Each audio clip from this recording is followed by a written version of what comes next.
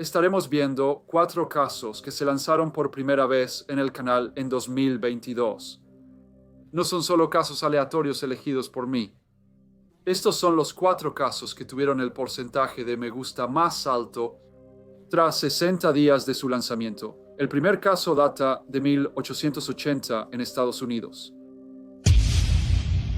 Matilda Smith nació en el municipio de Byram, condado de Sussex, Nueva Jersey, el 20 de junio de 1868, pero a pesar de llamarse Matilda, siempre fue conocida como Tilly.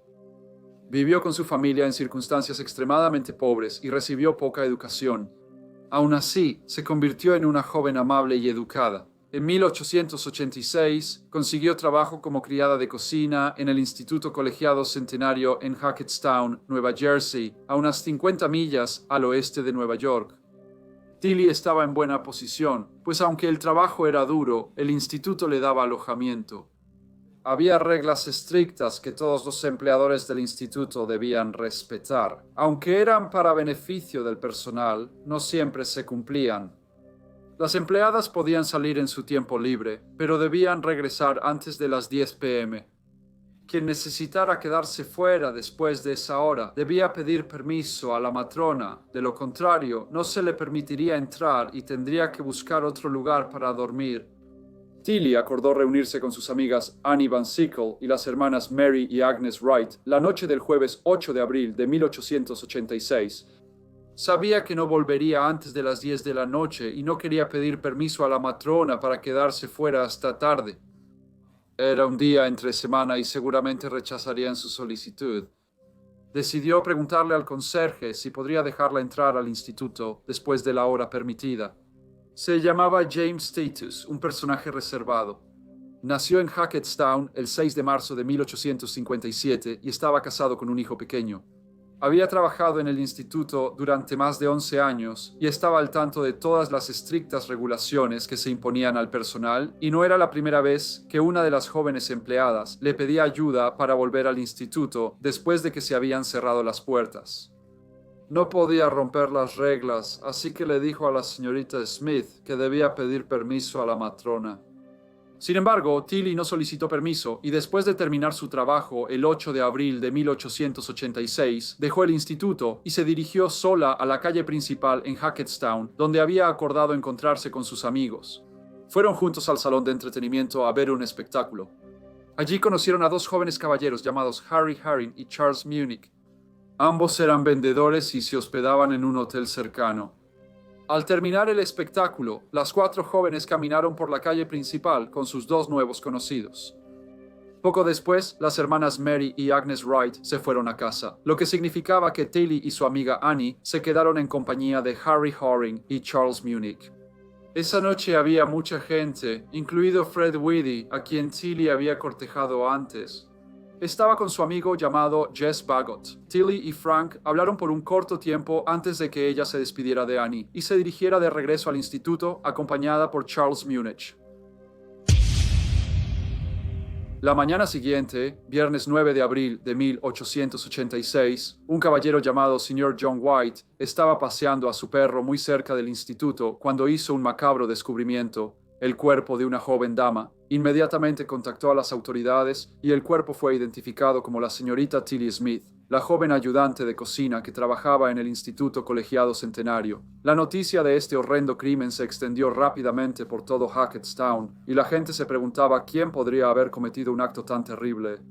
Su cuerpo fue trasladado a la morgue, donde el Dr. Agay S. Cook realizó una autopsia. Descubrió que la causa de la muerte había sido estrangulamiento. También reveló que ella había sido ultrajada y, según el Dr. Cook, por más de una persona. El doctor agregó que ella había luchado valientemente para defenderse de su atacante. La gente de Hackettstown estaba muy ansiosa de que el perpetrador o los perpetradores fueran llevados ante la justicia y los periódicos estaban ansiosos por informar sobre cualquier nuevo desarrollo en la investigación. Se encontró polvo en el vestido de Tilly, lo que llevó a la policía a pensar que el asalto probablemente había tenido lugar en el granero que estaba a poca distancia de donde se había encontrado el cuerpo, pero por qué la habían colocado en el campo cerca del instituto seguía siendo un misterio. No había señales de que la hubieran arrastrado, por lo que supusieron que debía haber sido cargada. Harry Haring y Charles Munich fueron arrestados. Ambos habían sido vistos con Tilly esa noche y los testigos confirmaron que habían visto a Charles Munich caminando con ella en dirección a los institutos. Ambos hombres negaron estar relacionados con el asesinato de la señorita Smith. Charles Munich le dijo a los detectives que había acompañado a Tilly hasta las puertas de los institutos y que llegaron alrededor de las 10:10, momento en el que la puerta ya estaba cerrada. Le dijo a los oficiales de investigación que había ofrecido pagarle una habitación en el hotel donde se estaba quedando, pero ella le dijo que no sería necesario y en cambio le deseó buenas noches y caminó alrededor del edificio. La policía detuvo a los dos hombres durante unos días, pero los testigos los habían visto a ambos bebiendo a las 11 en el bar del Hotel Americano, y esto significaba que no habrían tenido suficiente tiempo para haber cometido el asesinato. Se ofreció una recompensa de $1,000 por cualquier información que pudiera conducir a encontrar a la persona o personas responsables del terrible crimen. La agencia de detectives Pinkerton también fue contratada para ayudar con la investigación. El jefe de detectives de Nueva Jersey, Bob Haggerty, sospechaba que el conserje, el señor James Titus, era responsable del asesinato. Les sorprendió que aún no hubiera sido arrestado. El detective Haggerty pensaba que abrió la puerta a la joven el 8 de abril para evitarle problemas con la matrona. Luego le propuso algo y cuando ella rechazó sus avances, la derribó, causando las marcas que se encontraron en su rostro. Cuando ella luchó, él la estranguló y llevó el cuerpo a los campos donde lo hallaron al día siguiente. Aunque no había evidencia para respaldar esto, los periódicos sensacionalizaron la teoría del detective Haggerty y el público comenzó a creer que el conserje de 29 años, James Titus, había brutalmente violado y asesinado a la señorita Tilly Smith, y la gente y la prensa exigían justicia. Los periódicos también informaron que la señorita Tilly Smith fue enterrada en una tumba de indigente. Uno llamado el New York World comenzó a pedir contribuciones para que se pudiera erigir un monumento en su conmemoración. Lo describieron como un monumento a la virtud para conmemorar a una valiente joven que murió en defensa de su honor.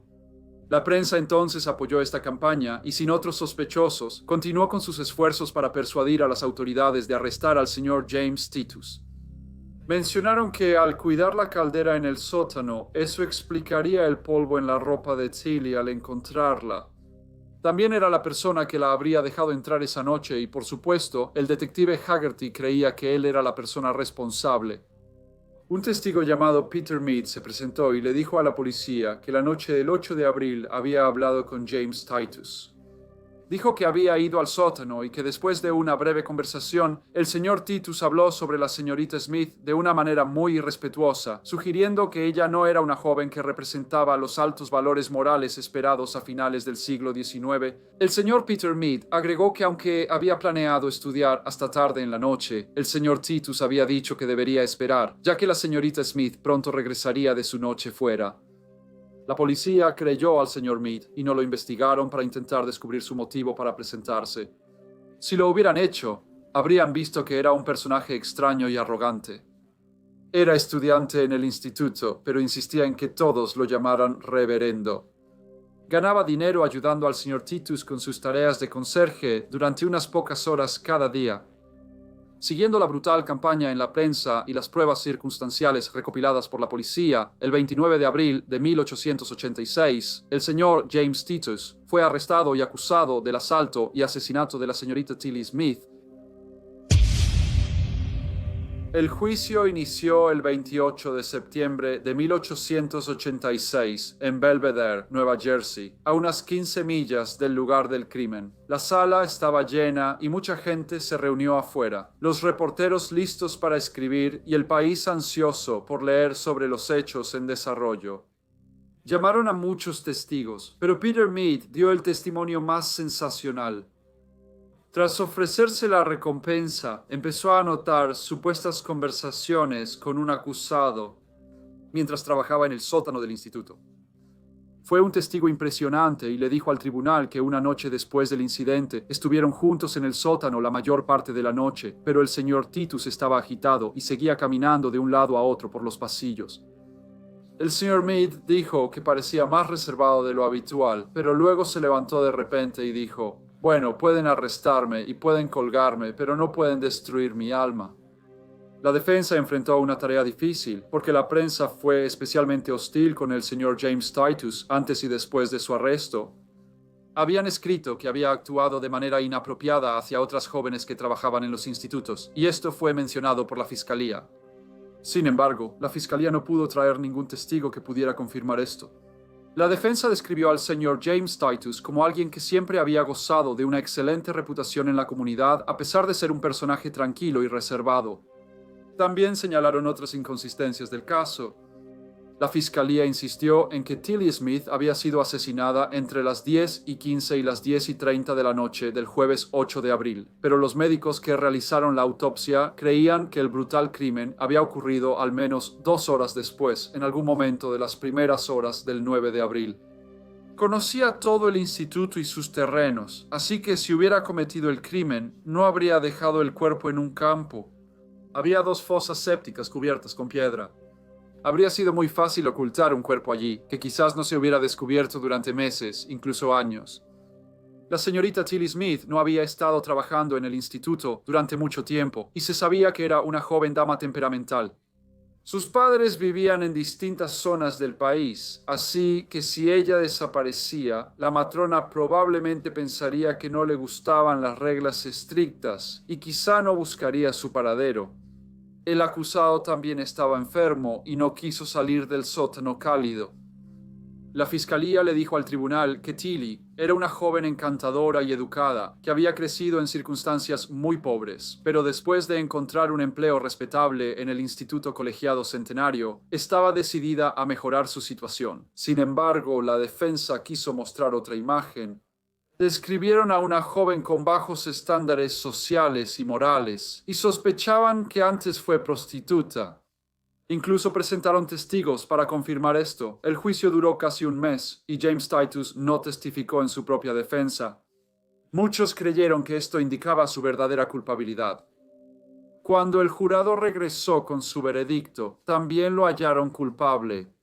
Antes de que se dictara su sentencia, el juez le preguntó si tenía algo que decir, a lo que el señor James Titus respondió que era inocente y no había cometido el delito por el que había sido condenado. Luego el juez lo condenó a muerte.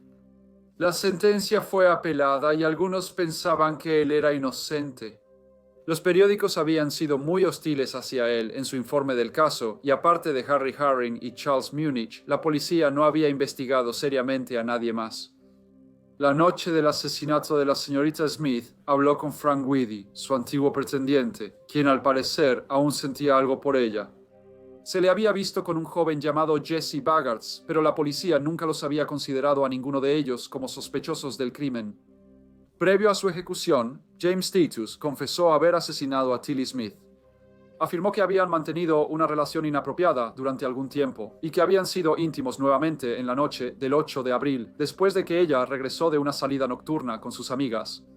Dijo que luego ella anunció que creía que estaba embarazada y que él era el padre. Esto fue seguido por una discusión en la que se enfureció tanto que la estranguló. Tras su confesión, su condena fue conmutada a cadena perpetua. El monumento en memoria de Tilly Smith se inauguró el 24 de noviembre de 1887 y está junto a su tumba en el cementerio Unión de Hackettstown. Se construyó con donaciones de benefactores locales y nacionales.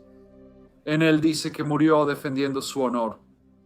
James Titus cumplió 19 años por el asesinato y fue liberado el 27 de diciembre de 1904. Lamentablemente, su esposa había muerto en noviembre del mismo año.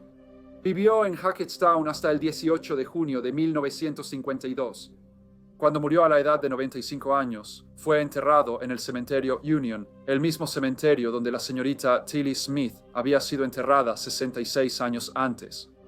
Muchas personas creen que James Titus solo hizo su confesión para salvarse de la horca y de hecho era inocente del crimen por el que fue declarado culpable.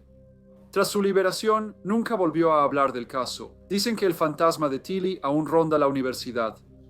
Se han reportado supuestas apariciones en los terrenos, los pasillos y el teatro. El señor James Titus es el hombre que, según la historia, asesinó a la señorita Tilly Smith, pero todavía hay muchas dudas sobre si realmente cometió el horrible crimen. Quizá nunca sepamos con certeza qué pasó la noche del 8 de abril de 1886 o si realmente se hizo justicia. Para el próximo caso nos vamos a Mónaco a principios del siglo XX. Vere St. Leger Gould nació el 2 de octubre de 1853 en Clonwell, en el condado de Tipperary, en Irlanda. Fue criado en la ciudad costera de Waterford. Provenía de una familia relativamente aristocrática. Su abuelo era un baronet y su abuela era hija del conde de Kenmare. El padre de Vere era un magistrado en el condado de Waterford, pero su madre murió cuando él tenía 17 años, y esto tuvo un gran efecto en él. Aunque la familia tenía un linaje distinguido, no se consideraban ricos y la infancia de Vere no fue difícil. Recibió una buena educación y pasaba gran parte de su tiempo libre navegando, cazando y montando a caballo. Cuando se convirtió en un joven, a menudo se le veía con personas que se consideraban de un círculo social mucho más elitista. El tenis se volvió un pasatiempo popular entre las clases alta y media alta en Irlanda. En 1877 se fundó el Fitzwilliam Lawn Tennis Club y en 1879 tuvieron lugar los primeros campeonatos irlandeses de tenis. A Vere le encantaba el deporte y se volvió un gran jugador. El tenis era una forma para él de conocer a la alta sociedad de Dublín, y en 1879, cuando tenía 25 años, participó en el primer campeonato nacional irlandés de tenis.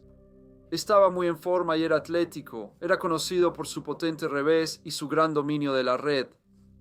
Ganó el torneo y se volvió campeón nacional de Irlanda. Tras su éxito, viajó a Inglaterra para competir en el campeonato de Wimbledon. Nuevamente jugó bien, perdiendo solo 2 sets en su camino a la final. La final fue considerada una gran ocasión y tuvo lugar el 15 de julio, frente a una gran multitud. Había una gran anticipación de antemano, ya que ambos jugadores habían estado jugando bien y todos esperaban un partido reñido. Sin embargo, Vere perdió contra el reverendo John Harley, quien fue el único vicario que alguna vez ganó el campeonato de tenis de Wimbledon. Pero no solo perdió de una manera bastante decepcionante, 3-0. Tras la derrota, circularon rumores de que Vere, ahora una celebridad menor entre aficionados al tenis, había pasado la noche previa a la final bebiendo en pubs de Londres y llegó al partido con una fuerte resaca, por lo que no pudo rendir ni cerca de su nivel habitual. Este año también falleció su padre. Regresó a Irlanda y continuó jugando al tenis. En 1880 llegó de nuevo a la final del campeonato de tenis irlandés, pero perdió el título ante William Renshaw, quien después ganó Wimbledon 7 veces. Su fama en el tenis hacía que lo invitaran a eventos sociales prestigiosos. Comenzó a beber y apostar, lo que pronto perjudicó sus ambiciones tenísticas. Su carrera prometedora terminó en 1883 tras algunas derrotas, cuando decidió dejar de jugar e intentar ganarse la vida en Londres. Sin embargo, su vida allí era casi igual. Siguió bebiendo y apostando, y su vida entró en una espiral descendente. Después conoció por casualidad a Marie Giraudin. Ella tenía una tienda de modista en la exclusiva zona de Bayswater. Era más joven que Vere, nacida en Francia en 1860. Era hija de un ferretero y había trabajado en la confección de ropa desde que era muy joven. Tenía la reputación de ser muy hábil en su oficio. Mientras estuvo en Francia, se casó, pero a sus padres no les importó su elección. Sus preocupaciones eran ciertas, pues una semana después del matrimonio, él la abandonó. Sintiéndose avergonzada, Marie viajó a Ginebra, en Suiza, donde trabajó en una tienda de modista. Más tarde viajó a Londres y cuando se enteró de que su esposo había muerto, se casó con un capitán del ejército británico. Pero él también murió, dejándola viuda por segunda vez. Aunque era una costurera extremadamente buena, no era tan buena empresaria y su tienda nunca tuvo éxito. Marie y Vere se llevaban bien, solo fue a la tienda porque le pidieron pagar una factura de un familiar. Pero Marie prestó especial atención. El apuesto caballero de una pequeña familia aristocrática le agradó y comenzaron a cortejarse. En 1891, Vere St. Leger Gould y Maria Giraudin se casaron. Siguieron en Londres, pero su gusto por lo fino pronto dejó sus finanzas en mal estado. Debían la renta y ya habían vendido sus muebles. Con pocas opciones, decidieron dejar la ciudad y mudarse a Montreal, Canadá. Este fue un nuevo comienzo. Decían a la gente que estaban seguros de ser Lady Gold. Marie montó una tienda de confección de vestidos, y aunque este era un negocio que conocía bien, parecía que la pareja no había aprendido nada de sus experiencias anteriores, y pronto comenzaron a vivir más allá de sus posibilidades. Gastaban mucho cenando en restaurantes caros, y Ver bebía y jugaba. No pudieron mantener ese estilo de vida por mucho, y nuevamente agotaron a sus acreedores. No fue una sorpresa que Ver anunciara que tenía que dejar Montreal por un tiempo para regresar a Irlanda. Afirmó que un familiar había muerto. Luego, la pareja pasó 2 años entre Canadá e Inglaterra antes de establecerse en Liverpool. Al llegar en 1903, aquí establecieron un negocio de lavandería, pero continuaron con la pretensión de que eran de un alto estatus social, y le dijeron a cualquiera que preguntara que deberían ser referidos como Severo y Lady Gowlet. La pareja continuó intentando vivir un estilo de vida más asociado con la aristocracia, pero al hacer esto continuaron endeudándose. Buscaron cómo hacerse ricos rápido, pero nada funcionó. Finalmente, Marie propuso la idea de que deberían ir a Mónaco, ya que pensaba que podría haber descubierto un sistema que significaría que podrían ganar grandes sumas de dinero en las mesas de juego de Monte Carlo. Así que en el verano de 1907 se dirigieron al pequeño principado situado en un prominente escarpe en la base de los Alpes marítimos, a lo largo de la Riviera Francesa. Continuaron llamándose Xavier y Lady Gould. Rentaron el 4º piso de una villa y convivieron con la alta sociedad que veraneaba en Mónaco. Ambos siempre habían sido muy buenos para fingir. Ver les contaba a varias damas y caballeros que heredó el título tras la muerte de su hermano mayor en un trágico accidente de carreras de caballos. Como era de esperar, esto no era realmente cierto, ya que su hermano, Sir Stephen James Gould, estaba muy vivo, pero había abandonado el título, ya que se había mudado a Australia y trabajaba en el ferrocarril y no quería que sus compañeros de trabajo supieran de su noble origen. Muchas personas conocieron a Vera Marie en el pequeño principado, pero nadie dudaba de su identidad, y la pareja siempre fue cortés, educada y bien vestida. Durante su estancia, los acompaña la sobrina de la señora Gould, una joven atractiva llamada Isabel. Siempre estaba con ellos, y su belleza atraía la atención de los jóvenes caballeros. Muchos deseaban conocerla. Sin embargo, las cosas no iban bien para los St. Leger Gould. Al llegar a Mónaco, tuvieron algo de éxito en el juego, pero con los días empezaron a perder dinero y ahora otra vez estaban en una situación financiera muy precaria. Se preguntaban cómo podrían quedarse en Mónaco y comenzaron a ver si podría haber un patrocinador adinerado que pudiera ofrecerles un préstamo. Marie siempre fue buena persuadiendo a otros para que le prestaran dinero. En una tienda de confección en Bayswater, solía pedir dinero prestado a su adinerada clientela y en Mónaco se hizo amiga de Emma Levin. La señora Levin era una viuda muy rica, originalmente de Dinamarca, pero que ahora vivía en Estocolmo. Al igual que Marie, tuvo una crianza difícil. Su padre abandonó el hogar familiar cuando ella era joven, y la vida había sido dura para ella hasta que se casó con un comerciante sueco muy exitoso. La señora Levin era un personaje animado que disfrutaba mucho del ambiente en los casinos de Monte Carlo. Estaba acompañada por una dama llamada Madame Castellazzi. Marie logró encantar a la señora Levin y ambas comenzaron a pasar mucho tiempo juntas, para disgusto de Madame Castellazzi. Marie siempre fue amable y logró convencer a la señora Levin de prestarle a ella y a su esposo 1,000 francos. Dijo que esperaba dinero de Londres, pero necesitaba el préstamo porque el señor y la señora Gould ya habían perdido todo su dinero con el anterior. V luego volvió a las mesas de juego, pero no tardó mucho en perder todo el dinero que habían pedido prestado a la señora Levin. Sin embargo, la señora Castellari nunca había sido aficionada a Marie y le prestaba poca atención. Las dos damas alcanzaron un punto crítico tras discutir en un casino. Este incidente pronto se convirtió en un tema muy comentado entre los visitantes de la alta sociedad de Mónaco e incluso apareció en la prensa local. El incidente causó cierta vergüenza a la señora Levin y decidió que sería mejor si regresara a Suecia. Sin embargo, antes de irse, estaba ansiosa por recoger los 1,000 francos que había prestado a cierta Lady Gould. así que el 4 de agosto de 1907 fue a la villa alquilada de la pareja. 5 días después, el 9 de agosto, los Gould llegaron a la estación de tren de Marsella, rumbo a Londres. Solicitaron que su gran baúl se guardara en el departamento de almacenamiento de la estación mientras iban a comer a un hotel local. Uno de los porteros notó que goteaba sangre de él. El portero había visto mucho desde que empezó en la estación, pero esto sí le preocupó. Le preguntó al caballero por qué sangraba el baúl. El señor Gould dijo que transportaba pollos muertos. El personal de la estación no quedó satisfecho con la respuesta y llamó a la policía. La policía llegó y después de una breve conversación con la señora Gould, exigió que se abriera el baúl. Dentro hallaron un cuerpo femenino mutilado. En Mónaco, la señora Castellazzi informó a las autoridades la desaparición de la señora Levin. Les informó que fue a cobrar su deuda con el señor y la señora Gould y no volvió. La policía fue a la villa desocupada por los Gould y encontró que Isabel, sobrina de Marie, aún vivía allí. Isabel contó a la policía que su tía fue a Marsella porque el señor Gould debía ver a un médico allá.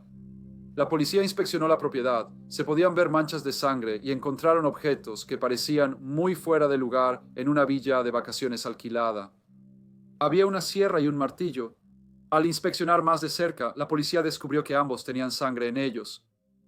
En Marsella, la policía arrestó a los Goulds. Los registraron y en el bolso de la señora Marie Gould encontraron una gran cantidad de joyas. Luego se supo que eran de la señora Levin.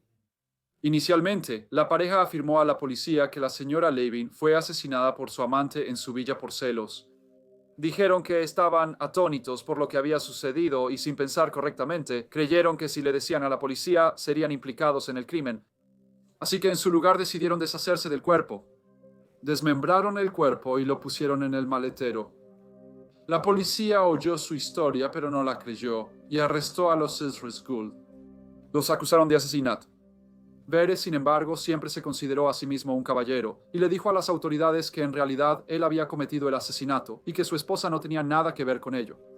Dijo que había actuado solo. La policía fue muy escéptica de su confesión. Su investigación los había llevado a creer que en realidad fue su esposa Marie quien había organizado todo y que había alentado a su esposo a deshacerse de la señora Levin. También se cuestionaron si ella tuvo relación con la muerte de sus dos primeros esposos. El juicio inició en el Palais de Justice de Mónaco en diciembre de 1907 y causó gran revuelo mediático. Había interés mundial. Muchos periódicos titularon el asesinato del baúl de Montecarlo. El caso tenía todo lo que la prensa creía que fascinaría al público. Hallan el cuerpo desmembrado de una viuda rica en un baúl. El acusado, ex campeón de tenis y finalista de Wimbledon, y su esposa, quien anhelaba una vida en la alta sociedad, pero no tenía los medios para lograrla.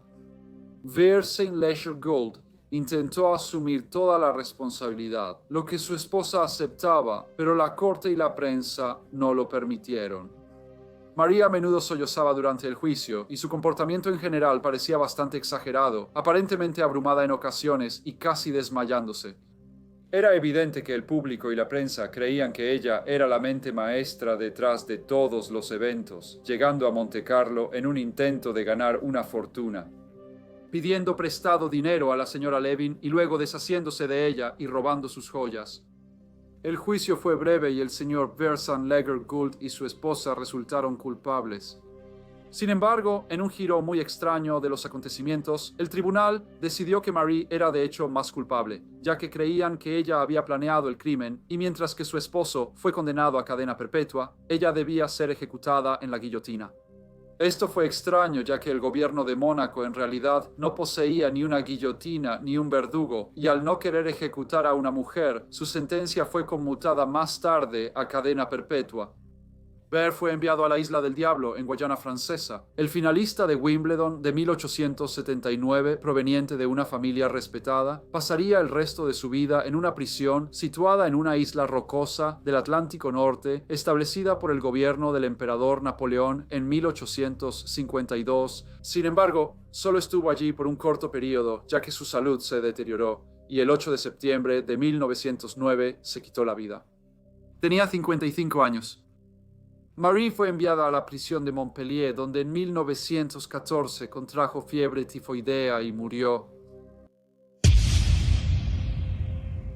El tercer caso es de Australia de los años 30. Existe un viejo adagio que dice que la verdad es más extraña que la ficción, pero ¿qué pasa cuando la ficción es lo que inspira la realidad? Perth, en Australia Occidental, es un paisaje rural y extenso.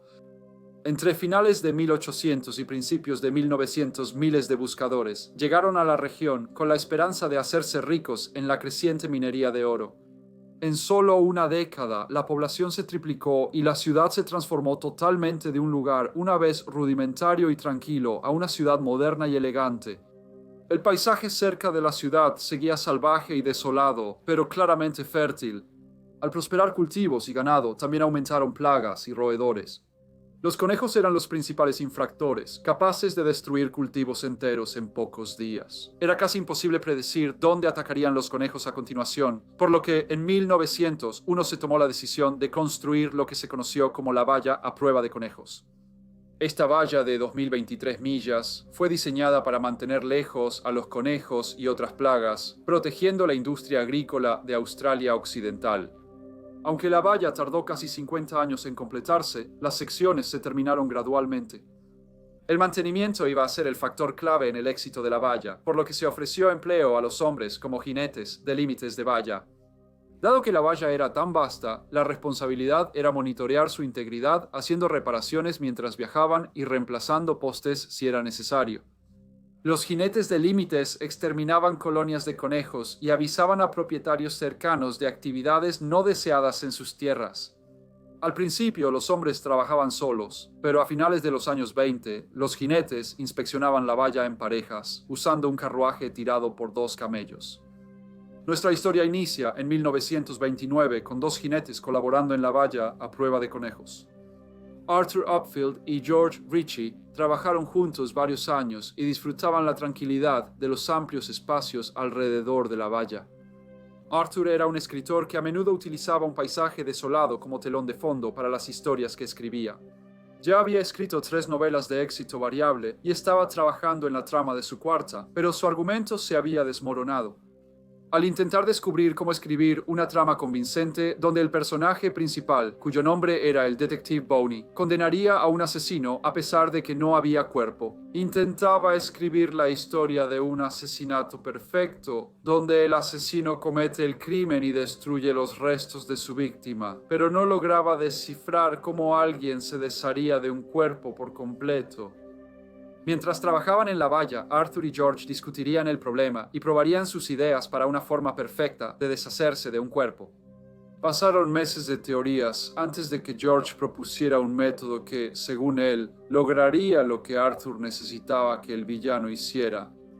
George sugirió, una vez que se había cometido el asesinato, que el asesino quemara el cuerpo junto con los restos de un animal grande como un canguro. Tras la quema, el asesino buscaría en las cenizas restos grandes de hueso o metal. Sugirió disolver el metal en ácido y moler los fragmentos de hueso en polvo. Luego, el polvo sería esparcido al viento, lo que eliminaría cualquier rastro de que hubo un asesinato para empezar. Arthur estaba emocionado por hallar una solución a sus complicados planes, pero había un problema.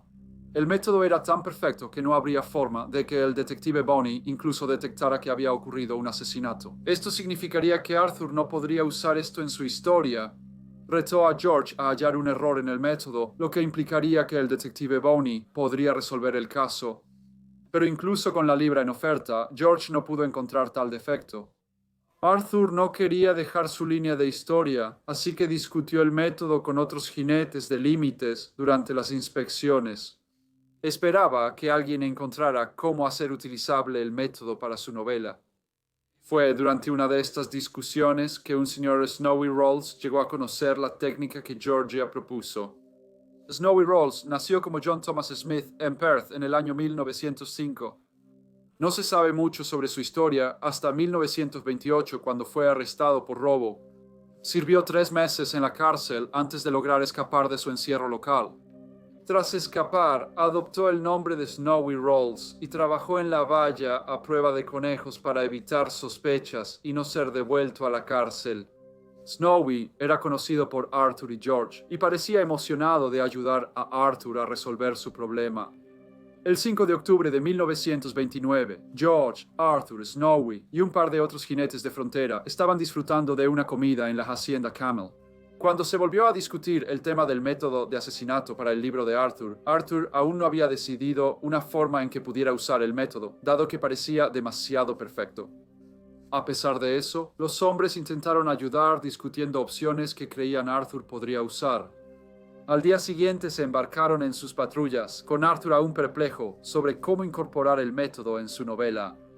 En diciembre de ese año, Snowy volvió a detenerse en la estación Camel, ahora acompañado por James Ryan y George Lloyd. Salieron juntos de la estación el 8 de diciembre. Una semana después, George Ritchie llegó a la estación Camel y contó a los jinetes que conoció a un buscador de oro llamado James Yates. James le contó a George que vio a Snowy conduciendo un coche, algo inusual porque la mayoría de los jinetes viajaban en camello o carruaje. Snowy le dijo al buscador de oro que James Ryan y George Lloyd estaban caminando por el matorral circundante, aunque él nunca los vio en persona. Un par de semanas después, en la víspera de Navidad, Arthur se encontró con Snowy en el pequeño pueblo de Tú y Yo. Cuando Arthur preguntó sobre el coche que estaba conduciendo, Snowy afirmó que John Ryan se lo había prestado, ya que había decidido quedarse en Mount Magnet en lugar de seguir viajando con Snowy. Sin embargo, extrañamente, le dijo a otra persona que había comprado el coche de James Ryan por la suma de 80. Pasaron la Navidad y el Año Nuevo, y un neozelandés llamado Louis Caron llegó a la zona de Murchison. Louis consiguió trabajo en la estación Ouija, una de las estaciones junto a la valla a prueba de conejos. Conoció a muchos jinetes de frontera mientras trabajaba allí, quienes a menudo le contaban muchas historias de los largos días protegiendo la valla. Louis nació como Leslie George Brown y, al igual que Snowy, asumió un nuevo nombre mientras se esforzaba por comenzar un nuevo capítulo en su vida. Pero a diferencia de Snowy, la vida de Louis había sido bastante mundana. Nació y se crió en Nueva Zelanda, y después de unos años de matrimonio, viajó a Perth con un amigo, con la esperanza de hacerse rico como buscador de oro. Cuando eso no funcionó, aceptó el trabajo en la estación de Wychty, con la esperanza de que con el tiempo sus fortunas cambiarían. Mientras Louis viajaba, mantenía una correspondencia regular con sus amigos y frecuentemente enviaba cartas describiendo las experiencias que estaba teniendo en Australia. Por eso sorprendió que su correspondencia se detuviera de repente. En mayo de 1930, sospecharon de inmediato que algo inapropiado le pasó a Louis y avisaron a la policía local. Por el área donde trabajaba Louis y la gran población transitoria, la policía al principio minimizó la sospecha de juego sucio. Esto ocurrió cuando notaron que James Lloyd y George Ryan también desaparecieron tras salir de la estación Camel con Snowy en diciembre, y el empleador de Louis confirmó que él también fue visto por última vez con Snowy Rolls. La policía comenzó a sospechar que uno o todos los hombres habían sufrido algún daño. El sargento detective Manning lideraba la investigación y conocía el intento de Arthur de hallar un método de asesinato para su nueva novela. También sabía que Snowy estaba bien informado del método, esperando lo mejor pero sospechando lo peor. Decidió traer a Snowy para un interrogatorio. Tan pronto como el detective Manning llegó para interrogar a Snowy Rolls, lo reconoció como John Thomas Smith, el ladrón que había escapado de la custodia en 1928. El detective lo arrestó en el acto y lo envió de vuelta a la prisión.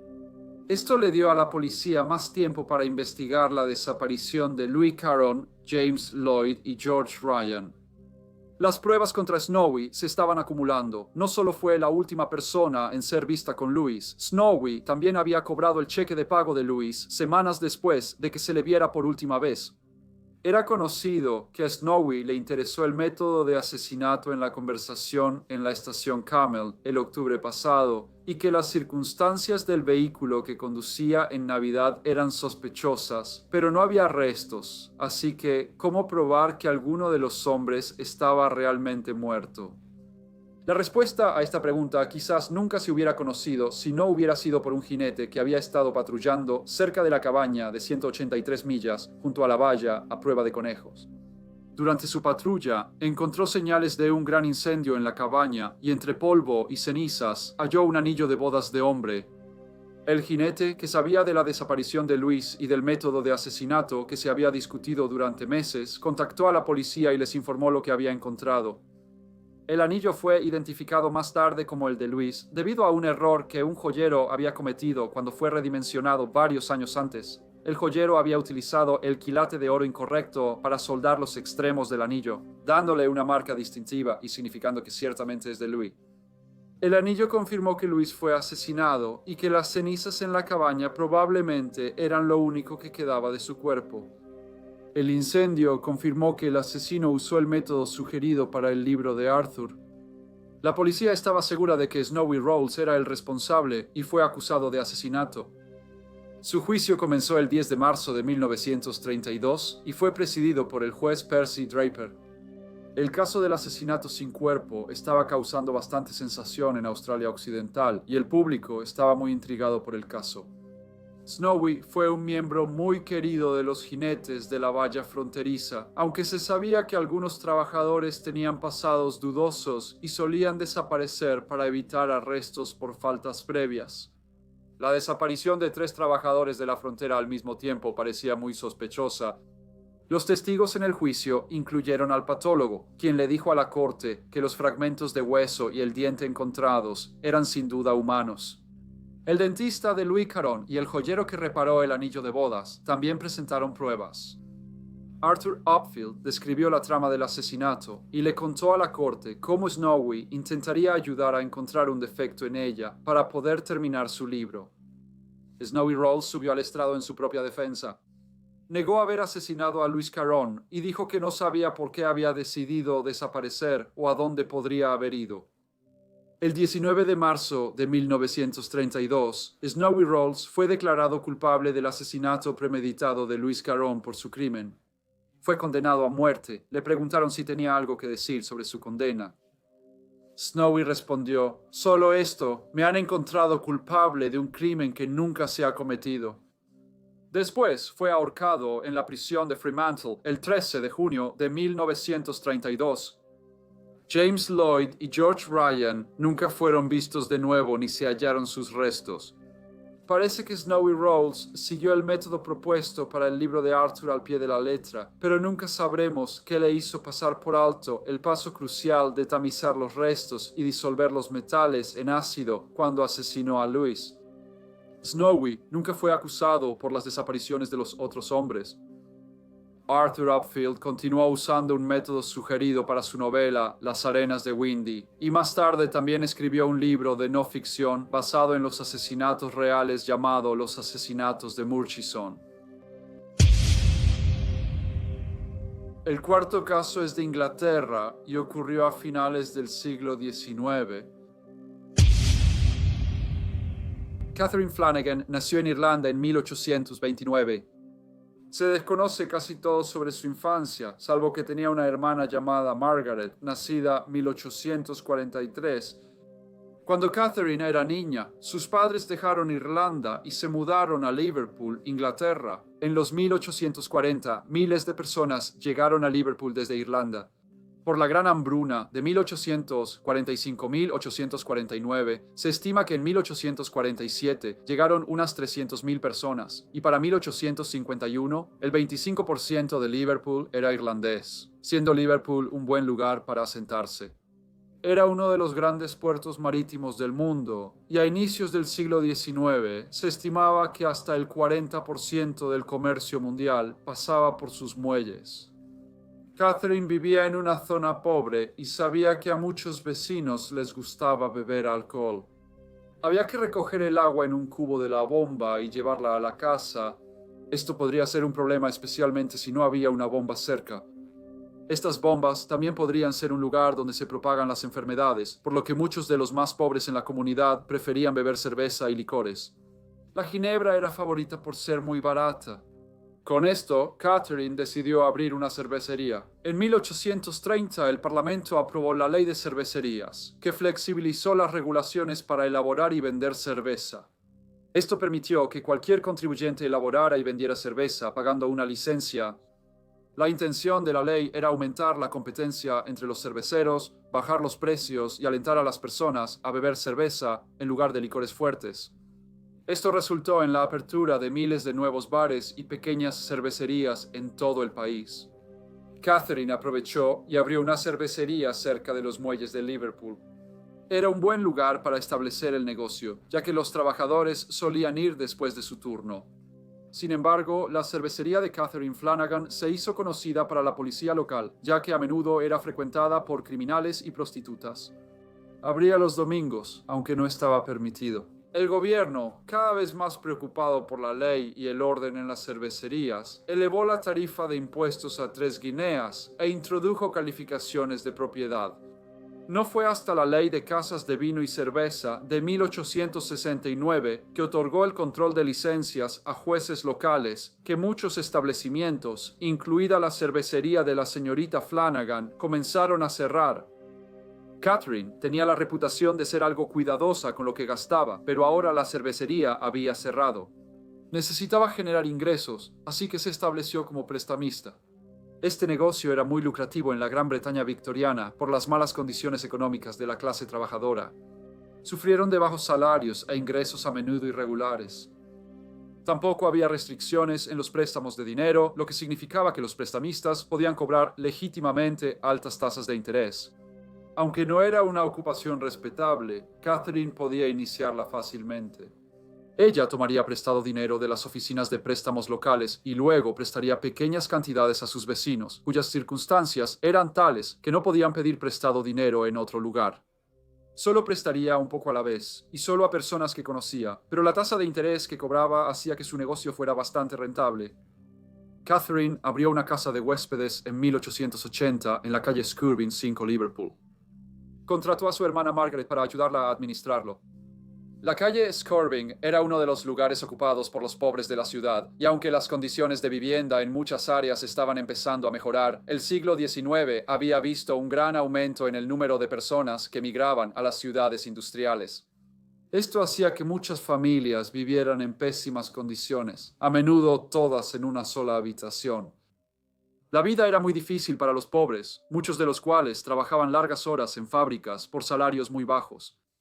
En ese momento, la industria enfrentaba dificultades, pues aunque Gran Bretaña era una potencia económica, sufría los efectos de la larga depresión iniciada en 1873. Las empresas se vieron afectadas por largos periodos de bajos y decrecientes beneficios, así como por la deflación de precios. Liverpool fue declarada ciudad en 1880 cuando su población superaba los 600.000 habitantes. Por los problemas económicos creció la demanda de alojamiento barato. Catherine y Margaret, junto con John, el hijo de 22 años de Catherine, iniciaron la casa de huéspedes. Fue fácil para las hermanas encontrar inquilinos adecuados, y para el invierno del mismo año, su casa de huéspedes estaba llena. Una habitación la ocupaban el caballero Thomas Higgins y su hija Mary. La otra habitación estaba ocupada por un caballero llamado Patrick Jennings, junto con su hija llamada Maggie, a pesar de las malas condiciones de vida ofrecidas.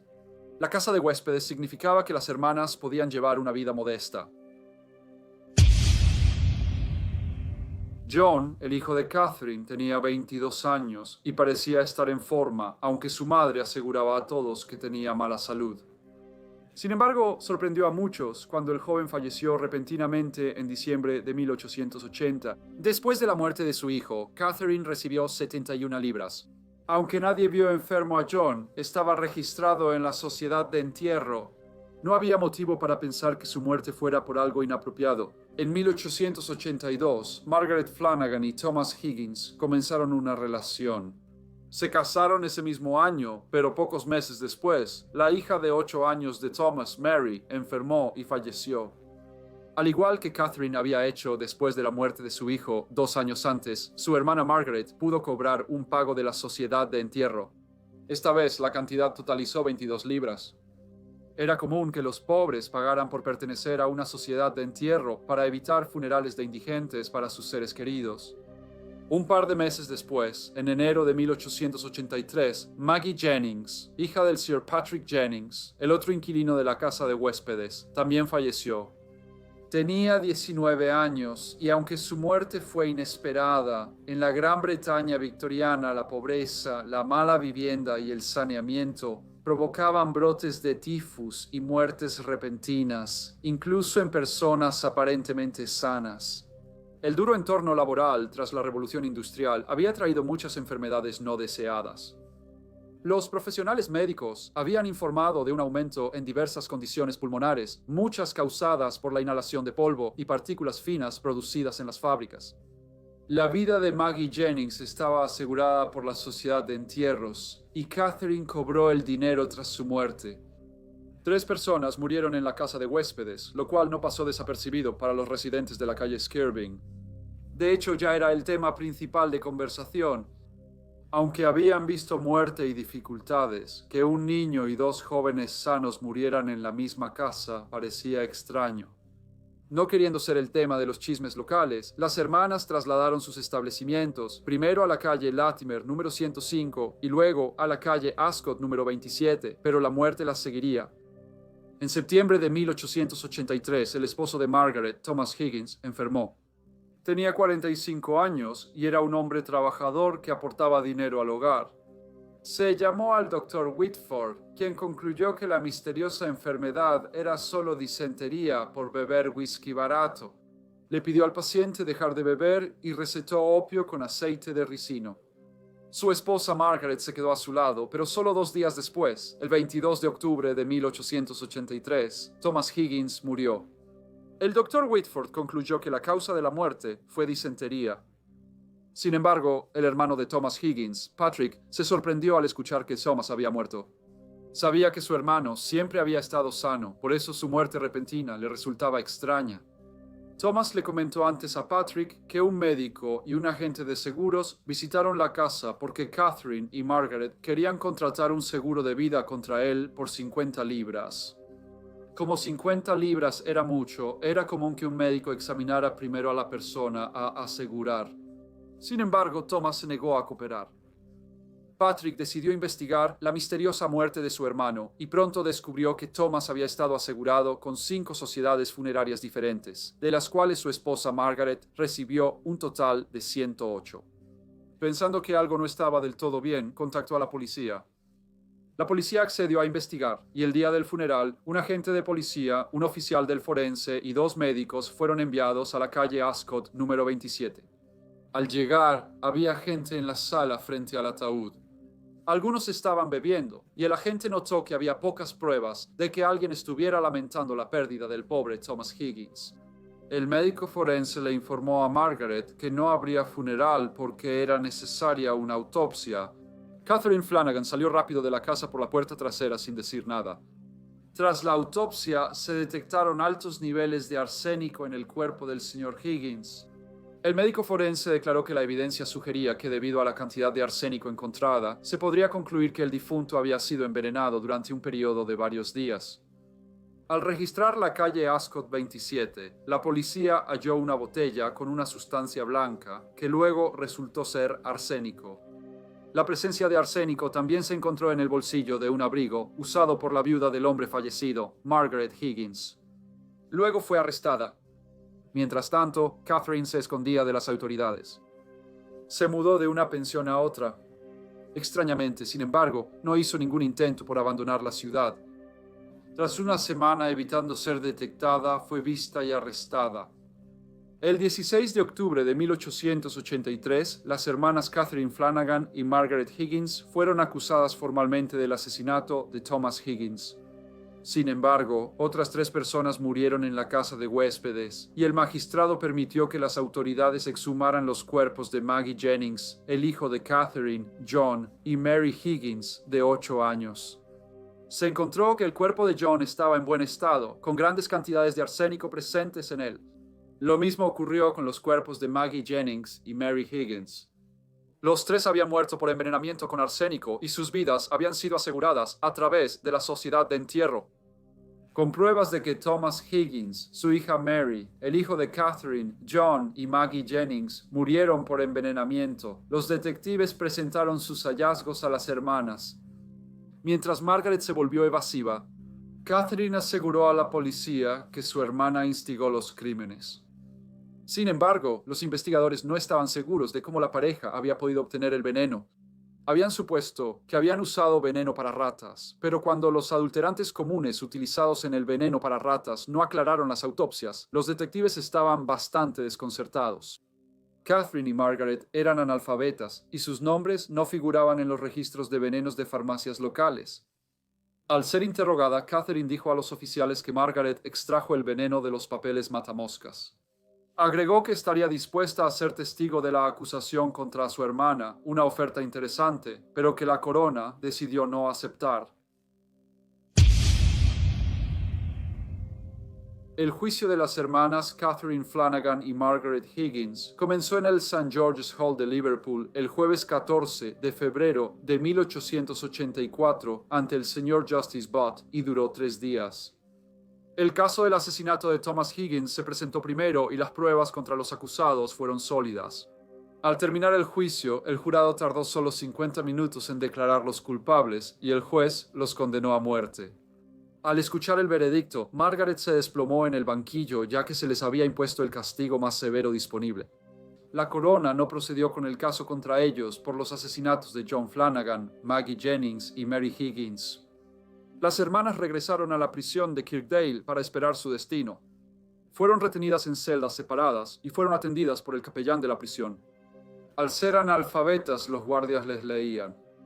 Con la esperanza de reducir su condena, Catherine habló con los detectives y les dio nombres de otras mujeres responsables de envenenamientos en la zona. Aunque su declaración fue tomada en serio y la policía investigó sus afirmaciones, no pudieron obtener suficientes pruebas para respaldarlas. El fiscal de Liverpool, un caballero llamado William Marks, luego escribió al director de fiscalías públicas, informándole que creía que probablemente había más víctimas que habían muerto por envenenamiento, pero sería muy difícil probar quién, aparte de Catherine Flanagan y Margaret Higgins, podría haber sido responsable de estas muertes. Tras esta decisión, no hubo indulto para Catherine, y a las 8 de la mañana del lunes 3 de marzo de 1884, en una fría y nevada mañana, Catherine Flanagan, de 55 años, y su hermana Margaret Higgins, de 41, fueron ahorcadas. A pesar del mal tiempo, una gran multitud se había reunido afuera para ver la bandera negra izada. Desde 1868 no se había permitido al público entrar en una prisión para presenciar la ejecución de la pena capital. La policía siguió investigando las afirmaciones de Catherine. Había alegado que otras mujeres habían estado involucradas en envenenar a personas para obtener pagos de seguros y había dado los nombres de Margaret Evans y Bridget Begley. También dijo que Margaret Potter, Bridget Stanton y la señora Fallon trabajaban como agentes para la sociedad de entierro y había otra cómplice llamada Catherine Ryan. Se descubrió que la señora Stanton tenía vínculos con pagos de seguros de personas fallecidas. Nunca se presentaron cargos contra ella ni las otras damas mencionadas por Catherine Flanagan. Bien hecho a todos los que llegaron al final de esta recopilación. Gracias a todos por su apoyo en 2023 y por sus comentarios y retroalimentación. Cuéntenme en los comentarios si quieren que haga más recopilaciones similar a esta. Gracias por ver este video y espero verlos a todos nuevamente en el próximo Briefcase.